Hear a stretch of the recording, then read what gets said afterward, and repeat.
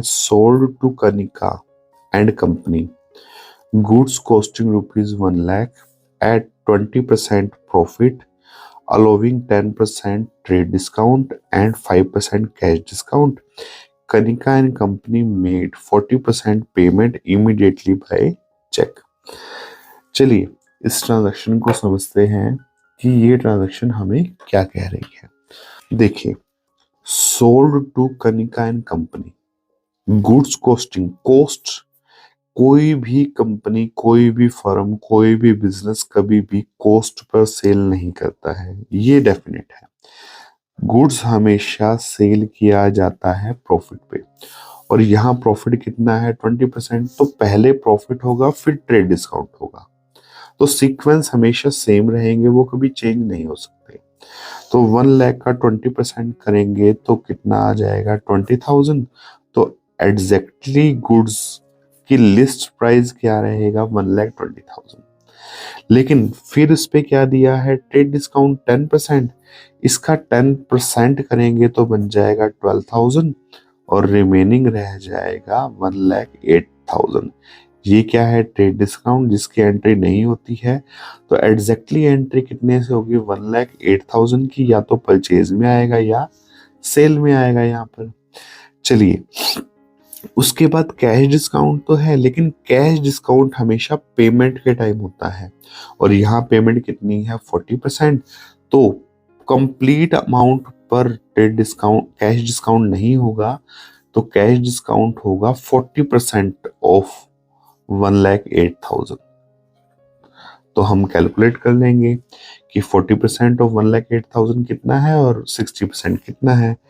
तो 1,08,000 का 40% जब कैलकुलेट करेंगे तो 0 0 8 4 जा 32 4 1 जा 4, कितना, तो कितना आएगा 43,200।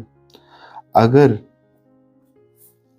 1,08,000 का 40% 43,200 है, तो 60% कितना होगा वो भी कैलकुलेट कर लेते हैं कि 60% कितना बनेगा। यहाँ पर 6 कर दीजिए, तो 6 0 0 6 8 जा 48 और 6 1 जा 6 2 0 यहाँ पे आ जाएंगे। तो ये कितना बन जाएगा 64,800। Is it clear? चलिए कैलकुलेशन हमने कर ली। अब पेमेंट कितनी है 40%, 43,200। तो इस पर कैश डिस्काउंट कितना होगा 5%। 5% जब कैलकुलेट करेंगे 5 2 जा 10, 5 3 जा 15 प्लस 1 16 कैरी 1, 5 4 जा 20 प्लस 1 21। चलिए हमें कैश डिस्काउंट मिल गया।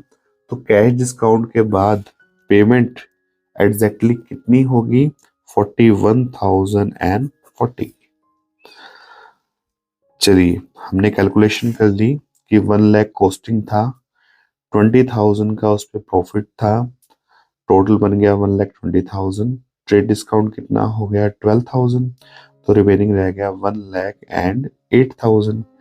अब पेमेंट जो है वो 40% है, हमें गिवन है Kanika and company made 40% payment, तो 40% को अलग करेंगे और 60% को अलग करेंगे। 60% कैसे है क्रेडिट में, क्रेडिट है तो नेम यूज होगा।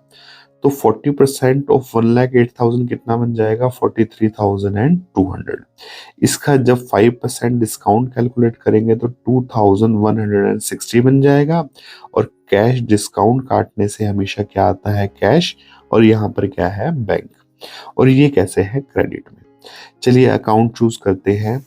Sold to Kanika and company, Kanika and company को गुड सोल्ड किया, तो पहला अकाउंट क्या आ जाएगा सेल्स। तो यहाँ पर सेल्स कितनी है 1,08,000 की। क्लियर? चलिए आगे बढ़ते हैं।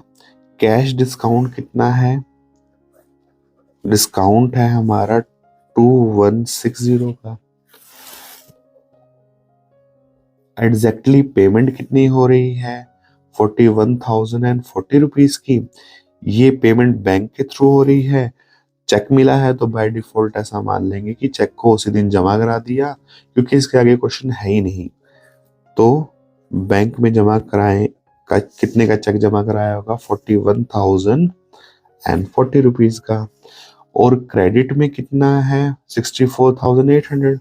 और क्रेडिट के लिए नाम क्या यूज होगा, कनिका एंड कंपनी। कितना, 64,800। Kanika is a personal, bank is a personal, discount is a nominal, sales is a nominal। Sales क्या है, बिजनेस नेम, तो सेल्स बिजनेस के लिए क्या बन जाएगी, इनकम।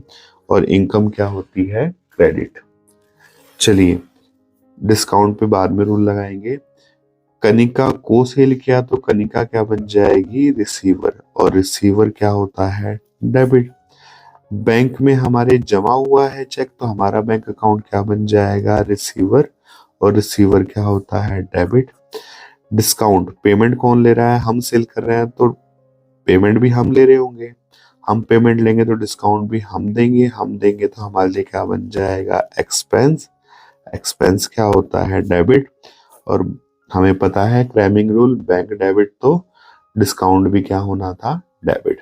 अमाउंट हमने लिख दिया है, ये तीन चीजें डेबिट होंगी और ये क्या हो जाएगा, क्रेडिट।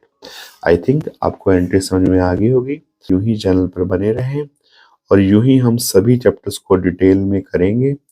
तो होप आपको लेक्चर अच्छा लगा होगा। आप मेरे चैनल को सब्सक्राइब भी कर सकते हैं ताकि आपको आने वाली वीडियोस यूं ही रेगुलरली मिलती रहे। Thank you very much.